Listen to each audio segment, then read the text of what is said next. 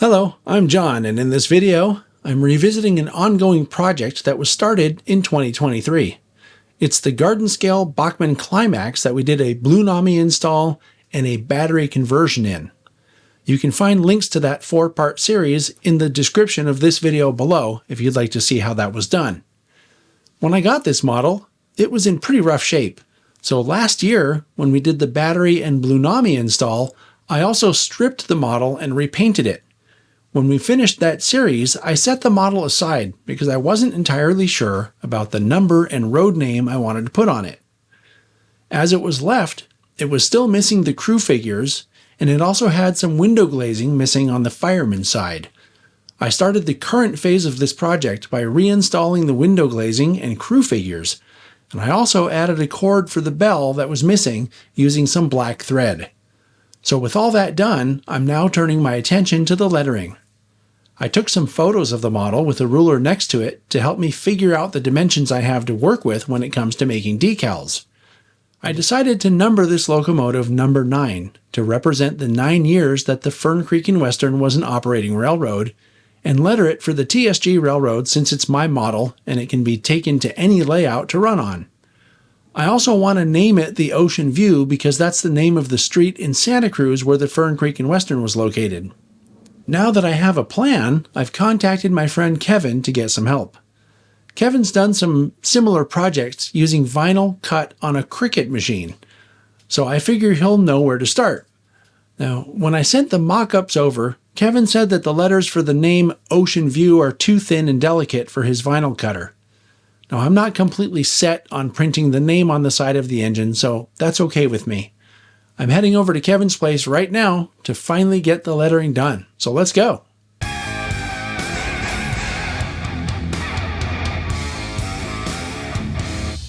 Okay, so I've made it out to Kevin's place now, and we have the engine here. We have his computer here, just off camera there. We have Kevin's calipers, and of course we have Kevin. And his kitty is walking around on the floor. She's out here. But explain what's going to happen here. Like, why do we have all this stuff? Like, all we're doing is putting decals on this thing, right? Yeah. So right now we're designing the graphic for John's engine, which I wanted to do with the engine here because his engine has this little frog that somebody glued to the side of the cab. And they really glued it. I tried to take it off, and it looked like it was going to break the plastic, so I left it on. So that changes the dimensions, because I have one of these Climaxes too, but we have to work around this frog now. So we're going to design the graphic for the engine here today. Yeah, and you were saying something before about a specific design where the number goes here and the letters go here. Yeah, so I think we're going to do this engine Michigan, California Lumber Company style, which is to have the railroad name on the cab and the road number on the tender, as opposed to the reverse of that, which is what the West Side or a lot of other railroads would have done. Okay, so I guess we'll get started, and I'm going to check this out and see what I can show you so that you can figure out how to do this for yourself. So in preparation for putting the decals on, I wanted to paint this plate that goes on the front of the boiler. So it was kind of faded and crappy, so Kevin actually had some red paint that looks really good on it. And he also has some gold paint that we're going to put around the rim.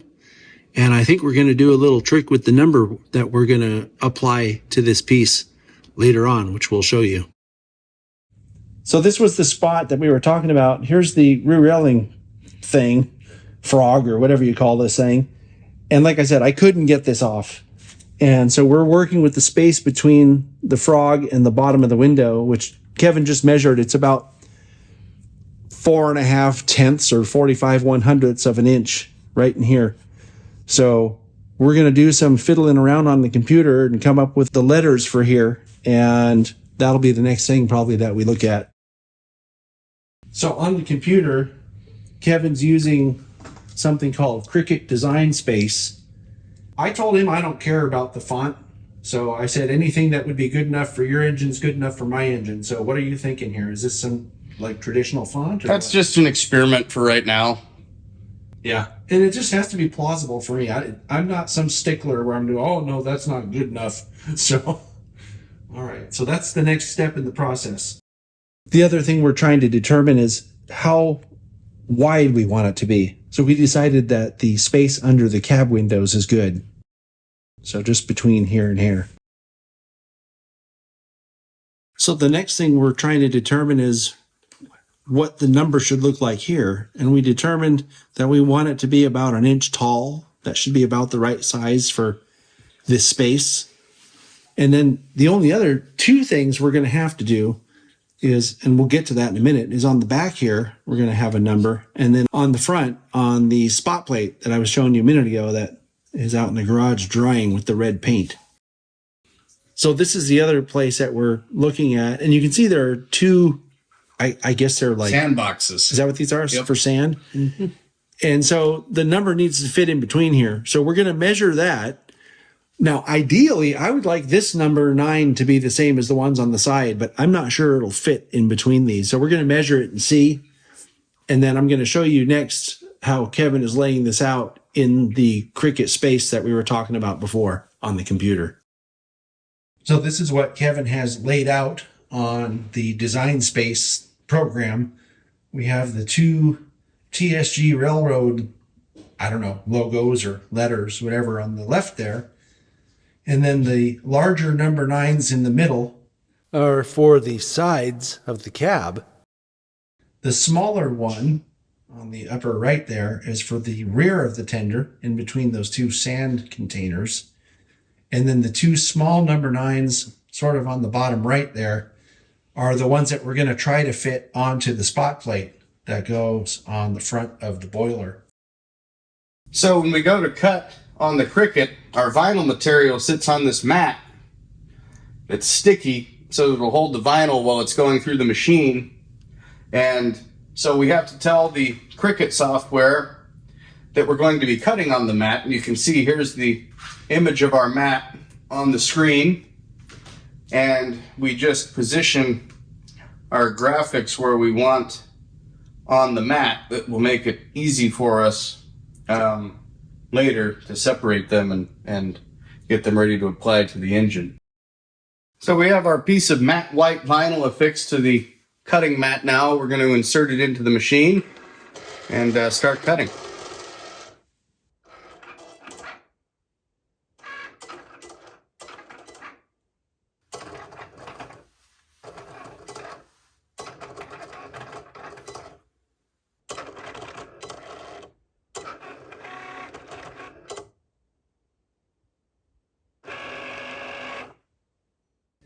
And if you look, you can just see the outline of the numbers that we cut just now on the Cricut. So the next step here is, you probably can't see it on camera, but our graphics are here cut on the vinyl. I'm going to cut each one out individually, and then we're going to separate all the vinyl that's around our graphic so that we're left with just the graphic on the backing paper. And then we're going to use transfer tape to get the graphic off of the backing, and then we're going to apply it to the locomotive. What I'm trying to do here is I'm trying to make sure that the bottom edge of the TSG RR goes along the line here on the transfer tape, because I think if it's straight on here, it should be easier to, I think that's straight. No, I don't know. We'll see. Well, we'll see when we go to put it on. And then the other thing, I just watched Kevin do this, so I thought it'd be worth giving a try. I can try to do it so I can say I did something for my own model. But I'm going to burnish this onto the transfer tape using the burnishing tool. This is also a Cricut product. And once I'm satisfied that this is completely burnished onto the transfer tape, I am now. I hope I don't mess this up, Kevin. I'm going to try to peel this thing off. And it should come up on, oh, you know what? It's not straight. So we did one off camera before this, and I was mentioning to Kevin that it would have been easier if this had been straight. So he says, hey, you want to try doing it? So I did, and look, it's not straight on the line. So I had to back up and say I wasn't criticizing him. This is also a really tricky part, right? I watched Kevin do it on the other side.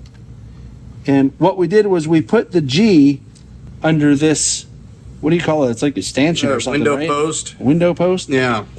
And so I'm going to try to do the same thing here. And then I also have to be trying to make it kind of straight, right? So, and I think that's pretty close to what we did on the other side. What do you think? It's pretty close, right? Yeah, that looks pretty good. Does it look straight? It's kind of hard to tell. See, the cool thing about this process is that the cutting board thing and the transfer tape and everything has these lines on it. So theoretically, that looks pretty good, That looks right? pretty good. I'm just going to do it. I'm just going to go for it. I'm just going to send it. So now the backing from the vinyl is on the side of the engine, and I just got to burnish that down as much as I can. Thanks for letting me do this side. It's kind of fun, really, when you get into it. Well, that way, if it's crooked, you can't blame me. Oh, I'll still blame you. I always find a way to blame somebody. Wait, Paul's not here. Yeah. We got to blame Paul. Okay, I think I've burnished it down enough. Now, when I pull this tape off, hey, what do you think? That's not bad. Yeah, that looks pretty good. Looks pretty good. I'm happy with it. That's what matters the most, I guess. Yeah. So the process just needs to be repeated with each of the numbers. So it'll be one on each side of the tender and one on the back of the tender. So I'm going to have to eyeball this. My original idea was to put an X on here, but then I was thinking, well, Kevin pointed out that we'd have to take the X off somehow. So I'm just going to eyeball this. And my idea is to try to get it as centered as possible. And it's my model, so if I mess it up, I'm okay with that. What do you think? Does that look pretty centered to you, Kevin? Or pretty decent? Yeah, looks good. Looks good. Am I over too far? It's kind of hard for me to tell. It's hard to tell from this angle, too. I'm just going to go for it. Eyeball it. Yeah. I'm just going to go for it. So if you're trying to do something super precise, there are ways to ensure that you put something down exactly, centered or whatever. This is really kind of my thought process here really is that this is supposed to be some kind of a logging engine out in the middle of nowhere. So chances are the guy doing the lettering would have been drunk or something anyway. Because, those logging guys didn't have anything better to do except getting drunk up there in the woods. I think it looks pretty good, though. All right, now for the other side. And again, I'm just going to kind of eyeball this thing. And I'm thinking that, boy, it's hard to tell, huh? Mm-hmm. What do you think? That looks pretty good because this line is centered with the window. What do you think? Should I just drop it? Yeah. Wait. I think I'll feel a little better if it's slightly over. Okay. I'm just going to send it. Get the burnishing tool.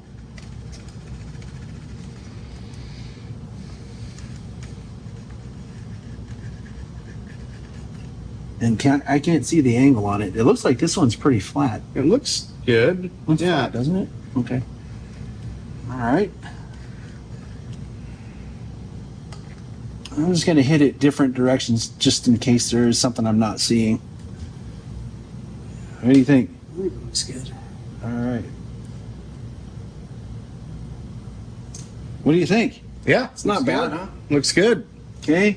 Now the really tricky one is going to be on the back. Okay, so what I've done here is I left the transfer tape a little longer on this side so I can just kind of drop it in between these two tanks. And I just need to figure out, where between the two tanks I want it. And I'm thinking, Kevin, something like this looks pretty good, doesn't it? So I'm just going to send it here. And then you brought in that other tool. Yeah, because you're not going to be able to get the wide one, right? Wide one in there, so just use the pick. So I'm going to burnish it with the back side of this pick here. And when we're done, I'm going to give Kevin a dental exam with the pick.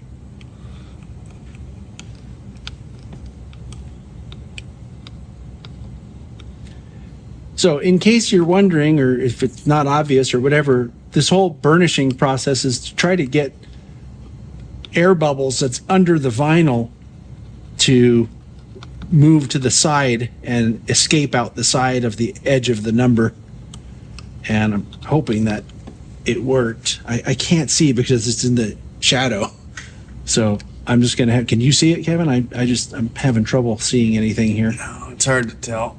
All right, well, it's never gonna be touched anyway, so I'm just gonna take that transfer tape off, and hey, I don't know. I think it's looking pretty good.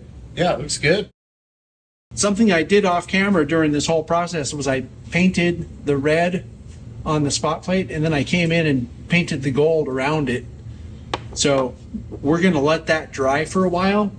And Kevin had the idea of painting the number that's gonna go on here gold so that it matches the edges. And I thought that's a pretty good idea. So we're gonna do that too. Okay, so here's the decal. We painted it gold earlier, and it's dry now. So it's just a matter of placing it on the spot plate. There. Oh, that's almost perfect. And that's where it's going to live. That's good.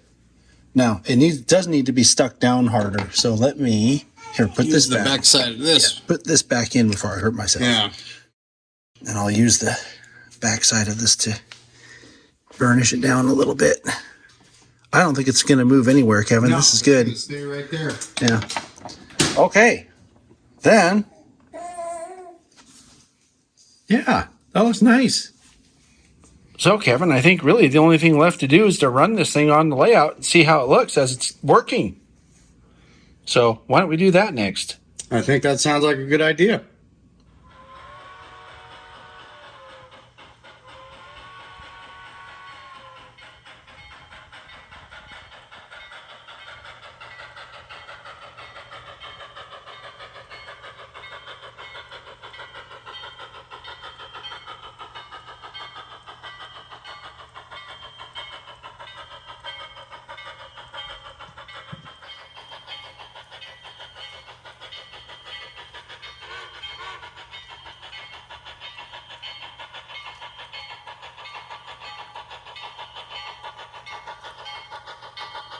It looks pretty good, Kevin.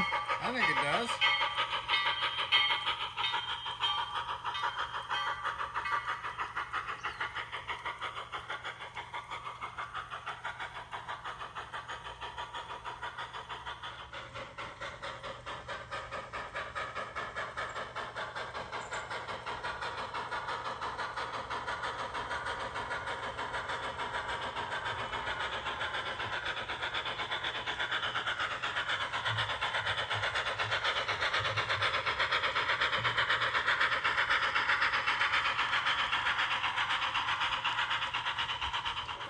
The scope of this program was to get the locomotive in shape cosmetically by lettering it for the TSG Railroad. We succeeded in that. I'm glad I was also able to get the window glazing and crew figures back in the cab. While that wasn't technically part of this video, it was something that needed to be done. I want to thank Kevin for his help, and I think the lettering looks great, and the engine can pull logging duty on his San Benito Southern Railroad when called into service. There's an issue with the charging port that was installed last year, and I plan to address that sometime before the end of this year. Other than that, there's also the matter of weathering and detailing the model so it looks more like a working engine on a logging railroad somewhere in the middle of the woods. I hope you learned something. I know I did. Thanks for watching, and I'll see you next time.